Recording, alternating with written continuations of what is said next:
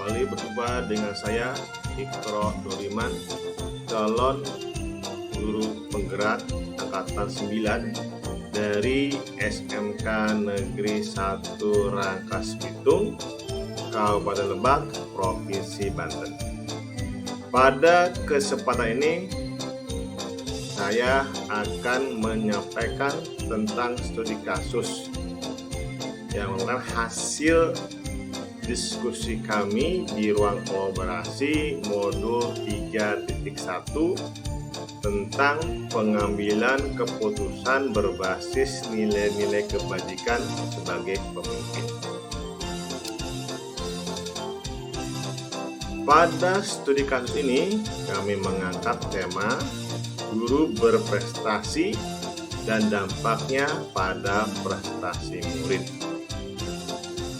Perkenalkan, kami dari kelompok 1 dari atas, saya sendiri Ikro Nuriman dengan 3 anggota yang lainnya, yaitu Bapak Jono, Bapak Bayu, dan Bapak Didi, yang dibimbing oleh fasilitator Ibu Yosefa dan didampingi oleh pengajar praktik Bapak Abdul Karim dan Bapak Yosua Sembada. Adapun narasinya sebagai berikut. Guru berprestasi dan dampaknya pada prestasi siswa. Pak Budi merupakan seorang guru bahasa Indonesia yang berprestasi. Sejak awal karirnya di sekolah, selalu menjadi inspirasi dan motivator bagi para murid. Sehingga Pak Budi memiliki keinginan kuat untuk terus meningkatkan kualitas pengajaran dan berkontribusi lebih luas pada dunia pendidikan. Awalnya, Pak Budi sangat fokus menjadi guru berprestasi di kelas. Kesuksesannya terlihat dari pencapaian tinggi muridnya dalam berbagai kompetisi dan ujian. Oleh karena itu, Pak Budi merasa perlu mengembangkan diri lebih lanjut. Maka dia aktif mengikuti berbagai pelatihan di luar sekolah untuk memperdalam pengetahuannya. Pada suatu hari, Pak Budi diundang sebagai instruktur pelatihan di tingkat nasional. Dengan keahliannya yang dimilikinya, Pak Budi tidak hanya menjadi peserta pelatihan, tapi juga sebagai instruktur. Prestasinya sebagai instruktur pelatihan diakui dan diapresiasi secara luas. Sayangnya, karena keterlibatannya yang tinggi di berbagai pelatihan dan sebagai instruktur, Pak Budi mulai jarang hadir di kelas. Prestasi murid yang sebelumnya cemerlang mulai menurun karena kehadiran Pak Budi yang menjadi sumber inspirasi terbatas. Siswa yang sebelumnya termotivasi oleh Pak Budi kini merasa kehilangan arah. Prestasi mereka tidak lagi mencapai puncak seperti ketika Pak Budi masih aktif mengajar di kelas.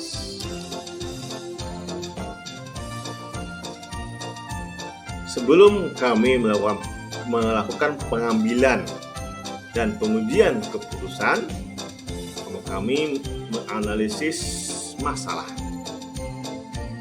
Pertama, paradigma yang digunakan. Yaitu studi kasus menunjukkan adanya paradigma pilihan pengambilan keputusan.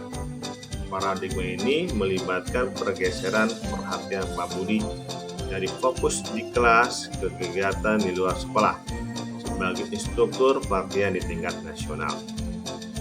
2. Prinsip yang mendasari pilihan pengambilan keputusan. Prinsip yang mendasari pilihan Pak Budi dapat melibatkan keinginan untuk meningkatkan kualitas pengajaran dan kontribusi lebih luas pada dunia pendidikan. Namun, dampak terhadap kehadiran di kelas dan prestasi murid perlu dinilai secara kritis. Yang ketiga, tahapan pengambilan dan pengujian keputusan. Evaluasi terhadap tahapan pengambilan dan pengujian keputusan sekolah-sekolah perlu dilakukan. Keterlibatan yang tinggi di pelatihan dan instruktur nasional harus seimbang dengan tanggung jawab di kelas. Dampak terhadap prestasi siswa perlu diukur dan dipertimbangkan kembali. 4. Pertanyaan lanjutan. Apakah keputusan kepala sekolah telah tepat mengingat dampak terhadap prestasi siswa? Bagaimana keseimbangan antara keterlibatan di luar sekolah dan tanggung jawab di kelas dapat ditingkatkan? Studi kasus ini memberikan landasan untuk refleksi dan perbaikan terhadap keputusan Pak Budi dalam menjaga keseimbangan antara prestasi pribadi dan dampaknya pada murid. Yang pertama, unsur dilema etika. Kepala sekolah menghadapi dilema etika karena tumbuhnya konflik antara keinginan Pak Budi untuk meningkatkan kualitas pengajaran secara luas melalui pelatihan nasional dan tanggung jawabnya sebagai pengajar di kelas. Keputusannya untuk menjadi instruktur dapat membawa dampak negatif pada prestasi siswa. Yang kedua, satu paradigma dari paradigma dilema etika yang termuat. Jadi dari 4 paradigma, kelompok kami memutuskan pada kasus Pak Budi ini paradigmanya adalah jangka pendek lawan jangka panjang, short term versus long term. Yang kelima, satu prinsip dari 3 prinsip dilema etika yang termuat. Ada 3 prinsip pada pengambilan dan pengujian keputusan, yaitu berpikir berbasis akhir,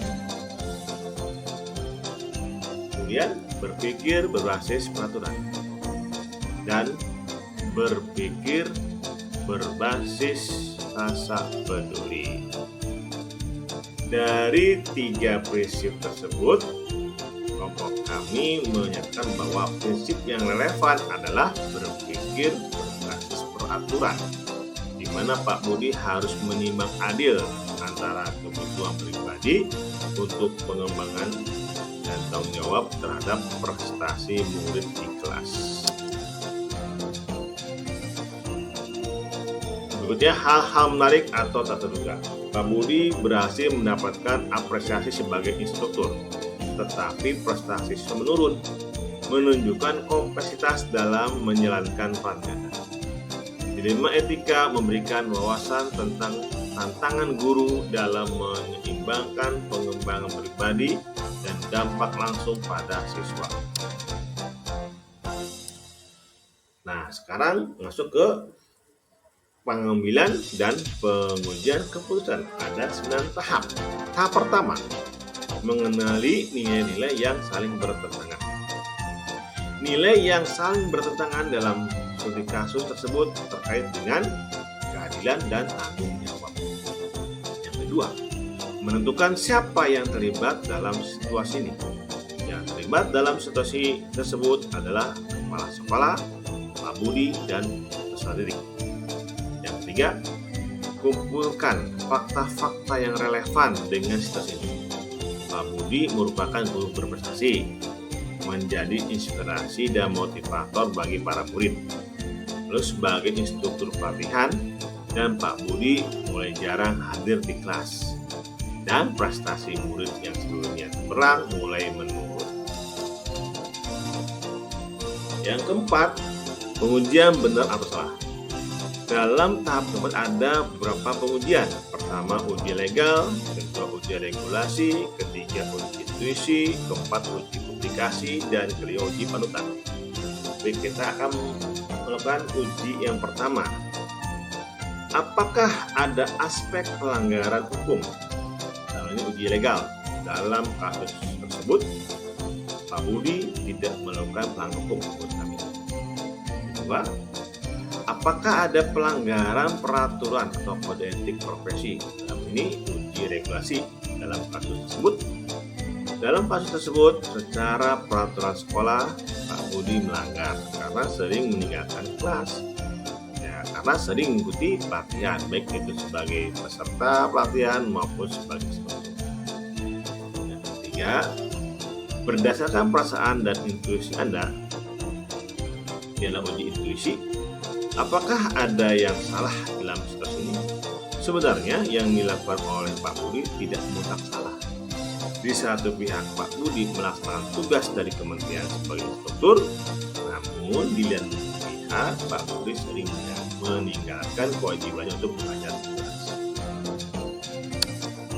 Yang keempat, apa yang Anda rasakan bila keputusan Anda dipublikasikan di media cetak atau elektronik maupun viral di media sosial? Ini adalah uji publikasi. Apakah Anda merasa nyaman? Jika dipublikasikan, kepala sekolah akan merasa tidak nyaman karena Pak Budi sebagai instruktur merupakan tugas dari kementerian yang juga bertujuan untuk mencerdaskan guru di sekolah lain. Tapi Pak Budi banyak mengingatkan kelas di sekolah sendiri. Yang kelima, kira-kira apa keputusan yang akan diambil oleh panutan atau idola Anda dalam situasi ini? Saya membayangkan panutan saya akan mengambil keputusan yang sama seperti apa yang saya bayangkan. Beliau akan menjadi coach yang baik yang dapat mengambil keputusan yang tepat dan etis dalam menangani kasus-kasus yang terjadi dan mempertimbangkan segala halnya sehingga akan menghasilkan solusi terbaik untuk kedua belah pihak. Maka oleh karena itu, saya sebagai kepala sekolah akan mengizinkan Pak Budi untuk ikut serta, baik sebagai peserta maupun sebagai instruktur pelatihan dengan catatan ada tim teaching mapel bahasa Indonesia. Berikutnya, pengujian paradigma benar lawan benar. Jika situasinya adalah situasi dilema etika, paradigma mana yang terjadi pada situasi tersebut? Kami memutuskan paradigma dilema etika yang terjadi adalah paradigma jangka pendek versus jangka panjang. Nah, Pak Budi memilih fokus pada pengembangan karirnya sebagai pelatih, sebagai instruktur pelatihan nasional jangka panjangnya, namun mengorbankan kehadiran dan dampak pada pembelajaran siswa di kelas. Ini jangka pendeknya. Berikutnya, melakukan prinsip resolusi. Prinsip dilema atau resolusi yang kita pakai dalam penanganan kasus ini adalah berpikir berbasis peraturan, goal based thinking. Kemudian, investigasi opsi trilema.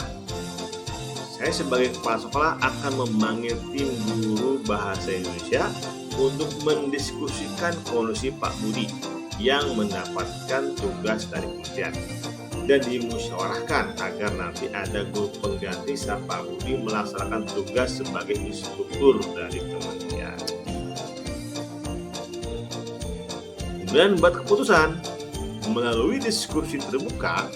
Sebagai kepala sekolah, kami memahami aspirasi Pak Budi untuk meningkatkan kompetensi dan dampaknya dalam dunia pendidikan, serta mengakui prestasi Pak Budi sebagai instruktur pelatihan. Bersama-sama, kami akan mengembangkan rencana tindak lanjut yang memastikan tujuan pengembangan profesional Pak Budi sesuai dengan kebutuhan siswa dan sekolah. Dan untuk masalah pembelajaran kelas, kami juga menegaskan pentingnya peran langsung dalam mengajar dan memotivasi siswa, dan untuk menghindari kekosongan kelas yang akan kami lakukan ada sebagai berikut. Yang pertama, menyusun jadwal yang fleksibel agar Pak Budi dapat tetap mengajar sambil menghadiri pelatihan, baik secara luring maupun daring dengan siswanya. Yang kedua, mendelegasikan tugas kepada guru pengganti akan memastikan kontinuitas pengajaran terjaga dengan menyuruh Pak Budi untuk membuat tugas siswa secara terstruktur yang akan diberikan kepada guru pengantar atau dalam ini tim teaching bahasa Indonesia. Kemudian tahap berikutnya refleksi. Setelah saya refleksikan keputusan yang saya ambil sebagai Pak. Setelah saya refleksikan keputusan yang saya ambil terhadap Pak Budi, itu adalah sudah sesuai, tepat dan etis, serta bijaksana. Karena Pak Budi meninggalkan tugas mengajar karena ditugaskan oleh kementerian. Dan kelas tidak terbengkalai karena ada guru pengganti yang masuk ke dalam tim teaching yang sudah ditentukan. Guru pengganti ini merupakan tim teaching yang bertugas untuk menyampaikan materi yang telah disiapkan oleh Pak Budi ataupun dipersiapkan oleh guru pengganti tersebut berdasarkan modul ajar yang sudah disusun oleh tim teaching. Dari peristiwa tersebut, saya sebagai kepala sekolah akan membentuk tim teaching pada mapel lain, karena untuk mengatasi saat ada guru mapel yang harus melaksanakan tugas luar selain tugas mengajar di kelas. Demikian pemaparan kami, semoga bisa bermanfaat. Wassalamualaikum warahmatullahi wabarakatuh.